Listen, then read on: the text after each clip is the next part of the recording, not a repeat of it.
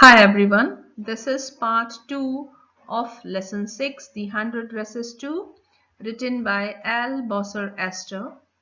Students, here first of all we will see the summary of the previous session and then we will move towards the line by line explanation of this part.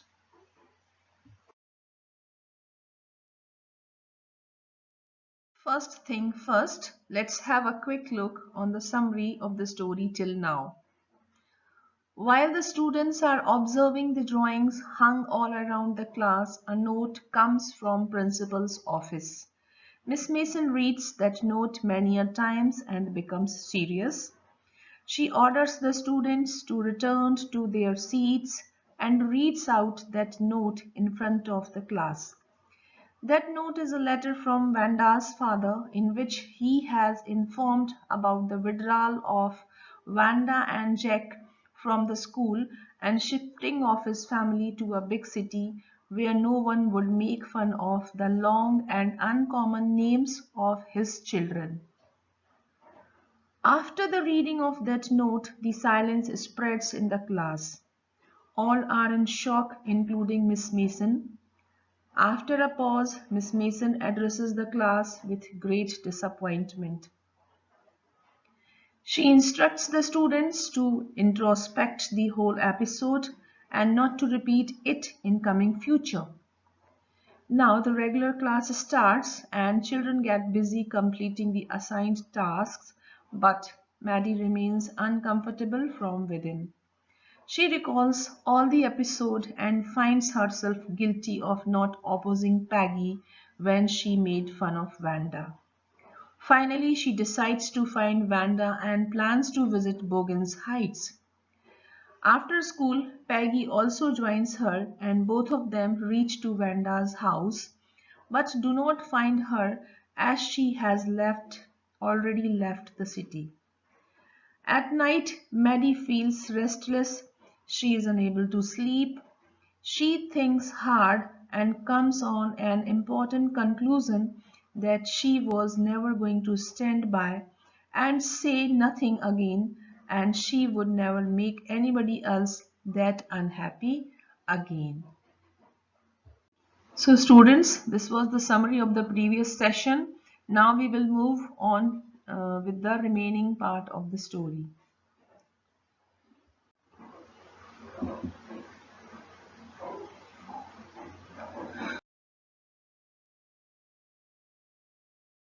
Here the story continues. On Saturday, Maddie spent the afternoon with Peggy. They were writing a letter to Wanda Petronsky. It was just a friendly letter telling about the contest and telling Wanda she had won.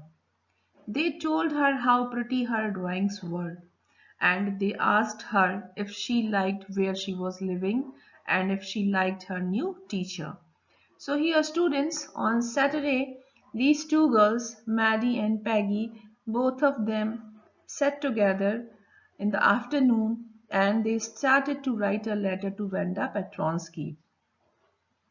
It was just a friendly letter, as if we write the letter to our friends. Similarly, these two girls started to write the letter to Wanda Petronsky as if she was their close friend. And in that letter, they mentioned about the contest, that drawing contest, and telling Wanda that she had won the contest. Further, they also wrote in the letter that the drawings that were made by Wanda Petronsky, all those 100 drawings were the prettiest ones. And further, they asked Wanda whether she liked that place where she was living right now and whether she liked her new teacher or not.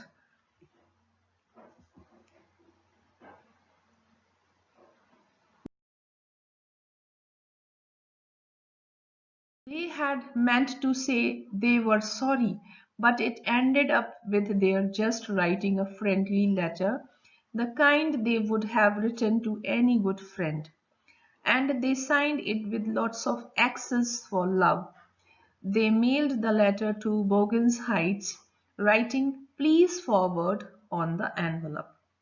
So now here students, the intention of their writing the letter to Wanda Petronsky was to tell her sorry, to accept their mistake, but they could not gather the courage to write sorry to Wanda Petronsky in that letter.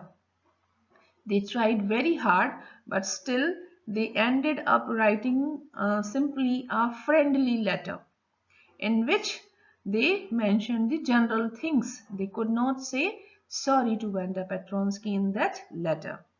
And at the end, they signed with lots of X's.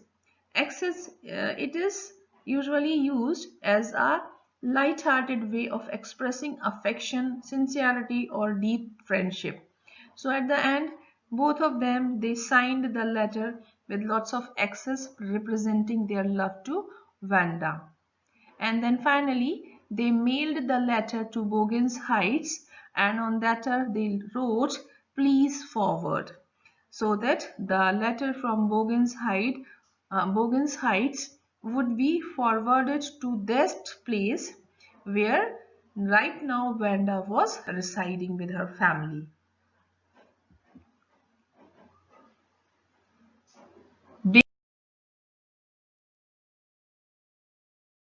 Days passed and there was no answer, but the letter did not come back.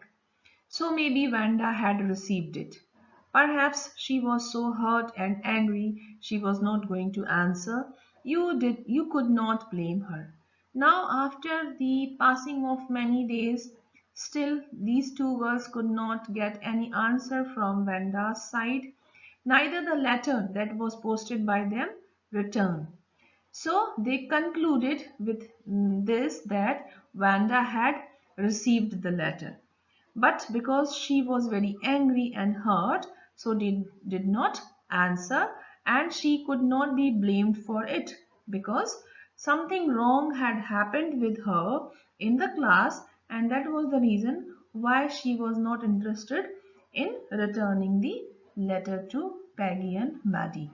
This all was thought by these two girls.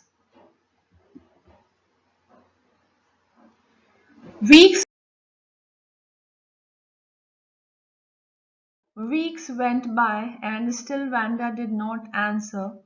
Peggy had begun to forget the whole business, and Maddie put herself to sleep at night making speeches about Vanda, defending her from great crowds of girls who were trying to tease her with, "How many dresses have you got?" Now, after the passing of many weeks, these girls still could not get any answer from Vanda Petronsky. So gradually, Peggy started to forget the whole episode of Vanda leaving the city. But Maddie was still restless and she was unable to sleep comfortably at nights. So during the night, how did she sleep? She made speeches during imagining herself at that place where Vanda was humiliated by the crowds of girls, where she was asked by the girls, "How many dresses have you got?" So during that time, Maddie imagined herself present along with Vanda and defending her from that crowd of the girls who were teasing her.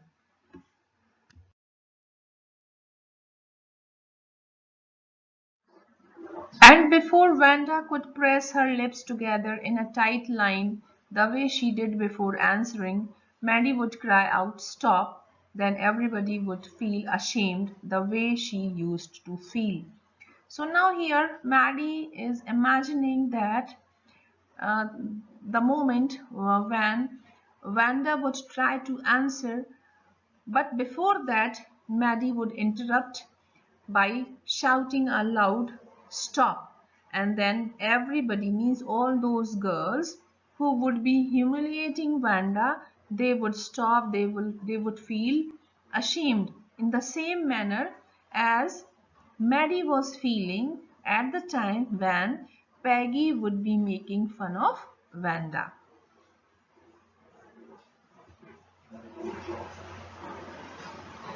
Now it was Christmas time and there was snow on the ground. Christmas bells and a small tree decorated the classroom. On the last day of school before the holidays, the teacher showed the class a letter she had received that morning. Now the time passed and it was the time of Christmas, and everywhere on the ground there was a sheet of snow spread over. Christmas bells and the small tree decorated the classroom. The classroom, room number 13, was decorated by the small tree and the Christmas bells. And on the last day of the school, before the holidays would start, the teacher, Miss Mason, she showed a letter to the students of the class that was just received by her in the same morning.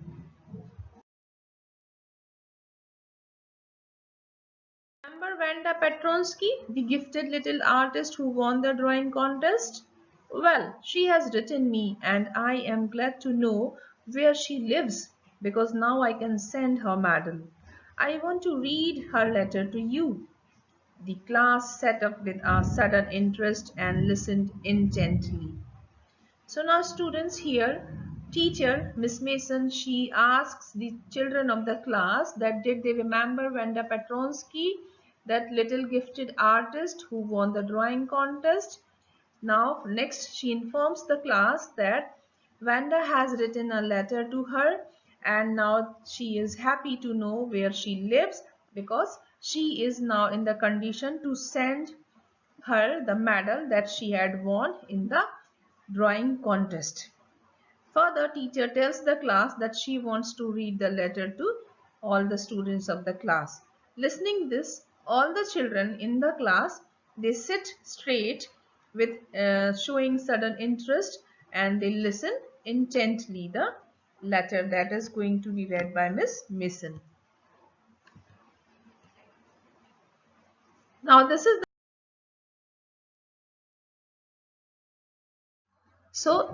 the letter written by Vanda to Miss Mason. Dear Miss Mason, how are you and room 13? Please tell the girls they can keep those 100 dresses because in my new house I have 100 new ones all lined up in my closet. I would like that girl Peggy to have the drawing of the green dress with the red trimming and her friend Maddie to have the blue one. For Christmas, I miss that school and my new teacher does not equalize with you. Merry Christmas to you and everybody. Yours truly, Vanda Petronsky. So here children, in this letter, Vanda, she wrote everything that she wanted to tell to the class. She first, at the beginning she asked that how was everybody in room number 13, and then further she told the teacher that now she could distribute those 100 dresses among the girls of the class, and especially she offered the green dress with red trimmings to Peggy and the blue dress to Maddie. Further, she told that she will miss this school in the Christmas during the Christmas, and her new teacher was not as good as Miss Mason. Then at the end she concluded by wishing Merry Christmas to everyone in the class and she ended up her letter.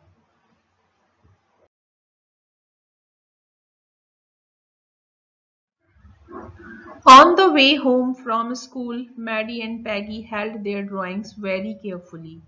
All the houses had wreaths and holly in the windows. Outside the grocery store, hundreds of Christmas trees were stacked, and in the window, candy peppermint sticks and cornucopias of shiny transparent paper were strung. The air smelled like Christmas, and light shining everywhere reflected different colors on the snow. So now here students, these two girls, after collecting drawings from Miss Mason, they started to walk back to their homes and they were holding their drawings very carefully, as if they were very dear to them. Now, because it was the Christmas time, so all the houses had got the decorations of the wreaths and holly in the windows. Students, you can see the picture of this. These things are known as the wreaths and holies. These are used to decorate the houses during the Christmas time. So all the houses were having these wreaths and holies in the windows, and outside the grocery stores, hundreds of Christmas trees were tied up. They were stacked. And in the windows, candy peppermint sticks and cornucopias. What are these cornucopias? See, this is the picture of cornucopia. This is an ornamental container shaped like a goat's horn. So, in the windows, these candy peppermint sticks and cornucopias that were made of shiny transparent paper, they all were hung. Strung means hung. The air was having the smell of Christmas, and the light that was shining everywhere was reflecting different colors on the snow.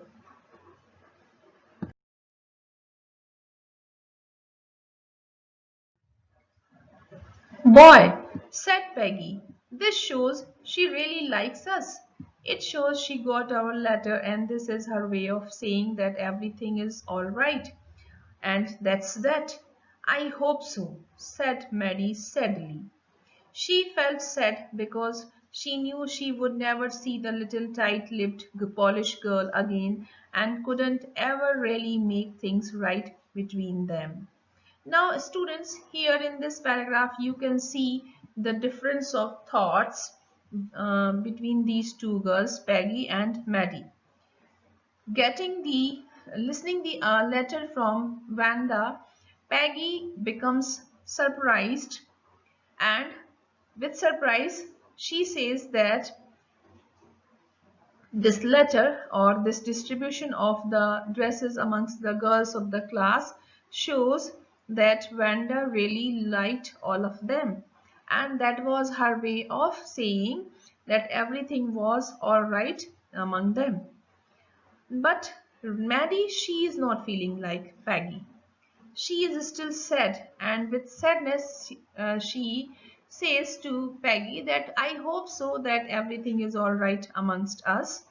And further, she feels sad because she was knowing it very well that she would not be able to meet that little tight-lipped Polish girl again.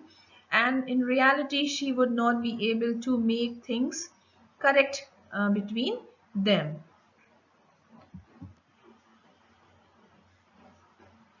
She went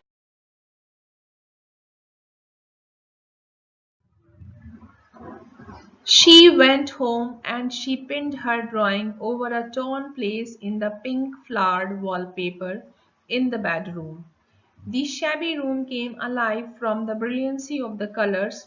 Maddie sat down on her bed and looked at the drawing. She had stood by and said nothing, but Wanda had been nice to her anyway. Now returning home, Maddie directly went inside her bedroom, and there, on one of the walls of the bedroom that was covered with the pink flowered wallpaper, she pinned that drawing that was gifted to her by Vanda. As soon as the drawing was hung on the wall, the shabby room came alive with the brightness of the colors of that drawing. Now Maddie sat down on the bed and she started to look towards the drawing and thought that though she never supported Wanda during the humiliations, she always supported Peggy, but still Wanda was very nice girl and she did not mind all those humiliations.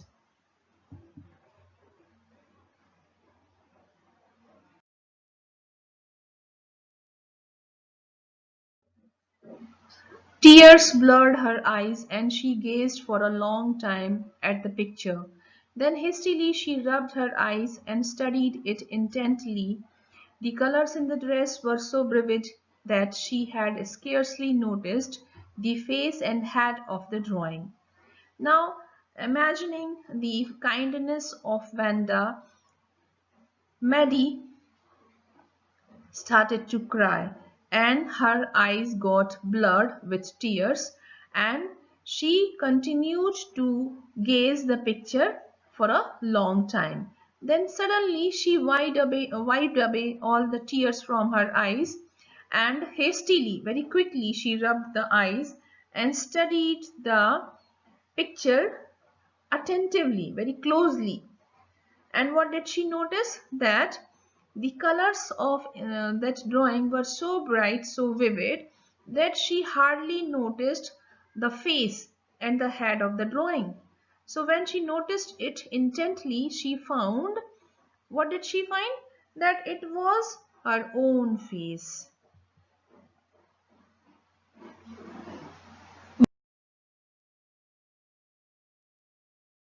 But it looked like her, Maddie. It really looked like her own mouth. Why it really looked like her own self? Wanda had really drawn this for her. Excitedly, she ran over to Peggy's. Peg, she said, let me see your picture. Now, when Maddie observed the picture closely, very attentively, she found that the face that was drawn in that drawing, that was similar to her own face. The mouth that was there was as if it was her own mouth. And this could happen because in reality, Vanda had drawn the face of Maddie in that picture, in that drawing. So she became very excited, and in that excitement, she ran towards the house of Peggy. Reaching the house of Peggy, she said to Peggy that, let me see your picture. She demanded Peggy that, I want to see the picture that Vanda had given to you.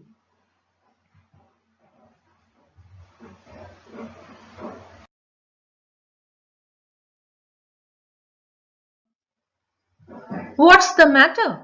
Asked Peggy as they clattered up to her room where Vanda's drawing was lying face down on the bed. Maddie carefully raised it. Look, she drew you. That's you, she exclaimed. And the head and face of this picture did look like Peggy. So here, seeing the excitement of Maddie, Peggy asked what was the matter, and then both these girls moved rapidly towards Peggy's room. There in the room, Vanda's drawing was lying face down on the bed. So Maddie, very carefully, she picked up that drawing in her hand, and pointing towards the face of that drawing, she told Peggy that, see Peggy, look Peggy, in this drawing she has drawn you. It is your face. And in reality also, the face and head of the picture was looking like Peggy. It means Vanda had drawn the face of Peggy in that drawing.